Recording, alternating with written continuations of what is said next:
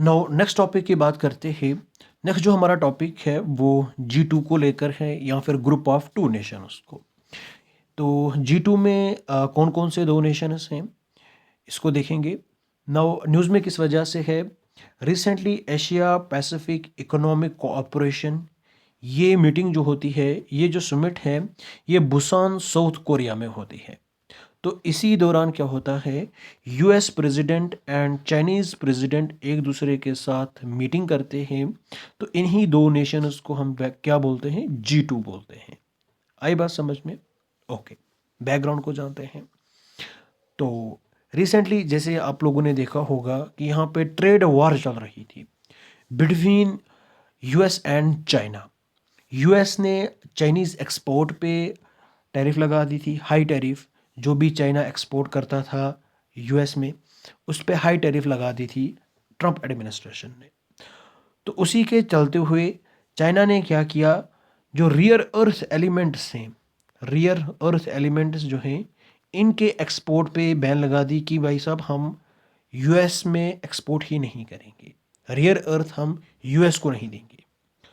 तो इसी trade war को लेकर ये मीटिंग होती है और रिजल्ट क्या निकल कर आता है, यहाँ पे छूट मिलती है। यूएस की जो टैरिफ थी चाइना पे, उस पे थोड़ी सी छूट मिलती है।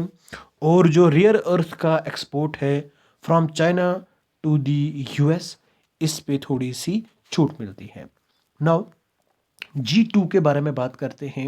ये कंसेप्ट किसने दिया था? ये कंसेप्ट सी फ्रेड ब्रिगस्टन ने दिया था 2005 में।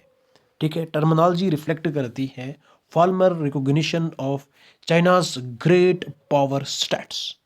ठीक है, और ये एक आइडिया को प्रमोट करती है, US and China jointly shoulder responsibility for major global issues, जैसे कि मैक्रो इकोनॉमिक स्टेबिलिटी है, ग्लोबल वार्मिंग एटसेट्रा। आई बात समझ में? नाउ इम्प्लीकेशन क्या है G2 डुओपोली के। नाउ ये डुओपोली क्या होती है, देखो यहाँ पे एक कंसेप्ट है, when two companies, two individuals, two groups, two nations, when they sell products in huge market. ठीक है, जब दो बंदे ह्यूज मार्केट में क्या करेंगे, गुड्स को सेल करेंगे।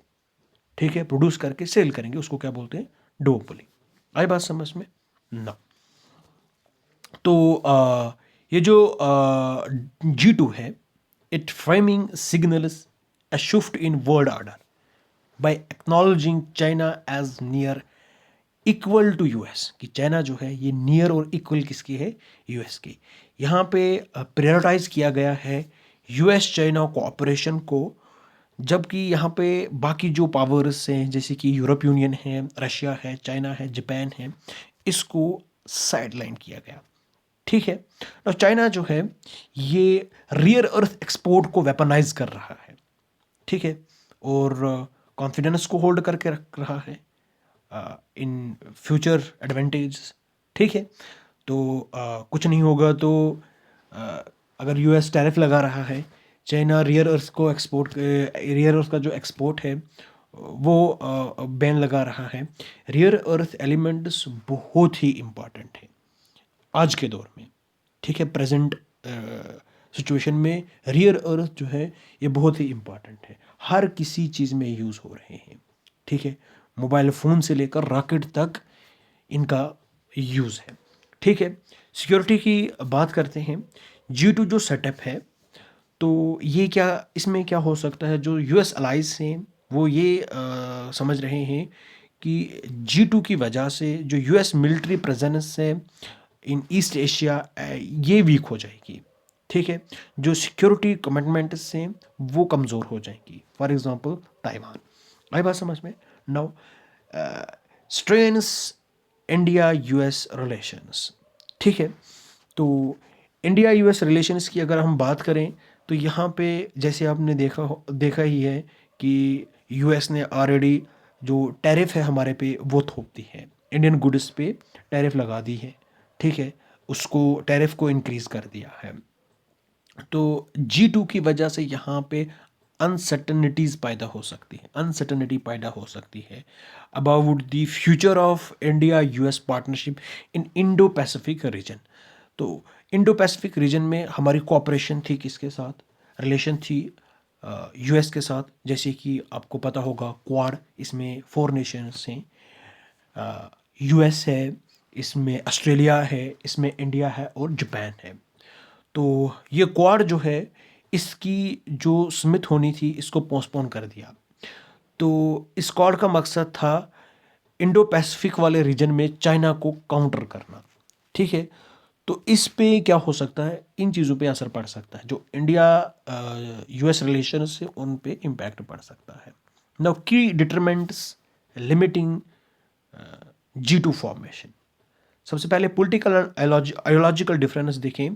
दोनों नेशंस, इनके डिफरेंट पॉलिटिकल सिस्टम हैं और वर्ल्ड व्यू भी डिफरेंट है।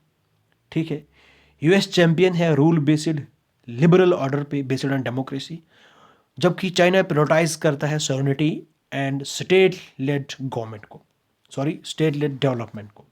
ठीक है, म्यूचुअल ट्रस्ट एंड राइवलरी, अगर दोनों के दरमियान देखें तो दुश्मनी बहुत ज़्यादा है ट्रेड को लेकर।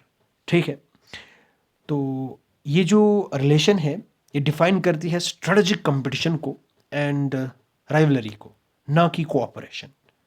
ठीक है, तो इश्यूज बहुत सारे हैं, स्टेटस ऑफ ताइवान, ठीक है, टेरिटोरियल डिस्प्यूट्स इन साउथ चाइना सी, ट्रेड वार, और भी बहुत सारी चीज़ें हैं जिस वजह से लॉन्ग टर्म कॉपरेशन जो है, लॉन्ग टर्म पार्टनरशिप जो है वो इम्पॉसिबल है। ठीक है, नो चाइना जो है ये G2 को रिजेक्ट कर रहा है।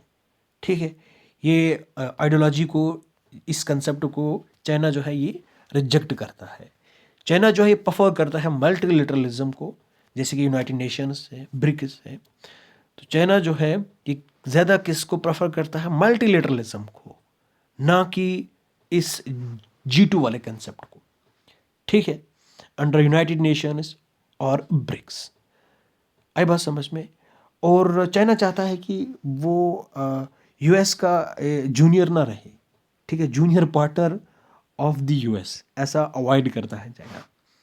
ठीक है, आई बात समझ में ना। इंडिया के लिए कौन से रास्ते हैं, इंडिया को स्ट्रेटेजिक ऑटोनॉमी प्रिजर्व करनी है, ओवर डिपेंडेंस जो है किसी एक सिंगल पावर पे वो नहीं रखना है।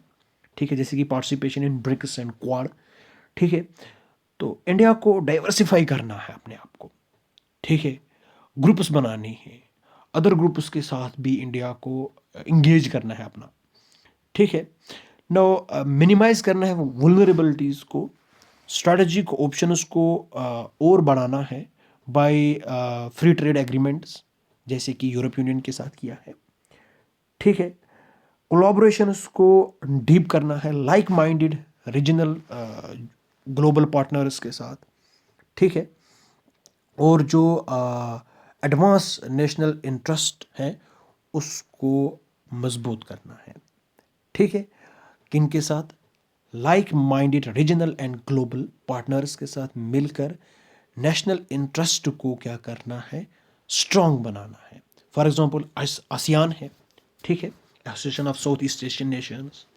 ठीक, सार्क है, सार्क। ठीक है, तो ब्रिक्स है, आई बात समझ में, SCO है। डिपेंड नहीं रहना है किसी एक सिंगल पावर पे, आई बात समझ में। तो यही चीज़ें यहाँ पे हमारे पास कंक्लूजन में भी दी गई हैं। ओके, आई होप आपको ये टॉपिक समझ में आया होगा।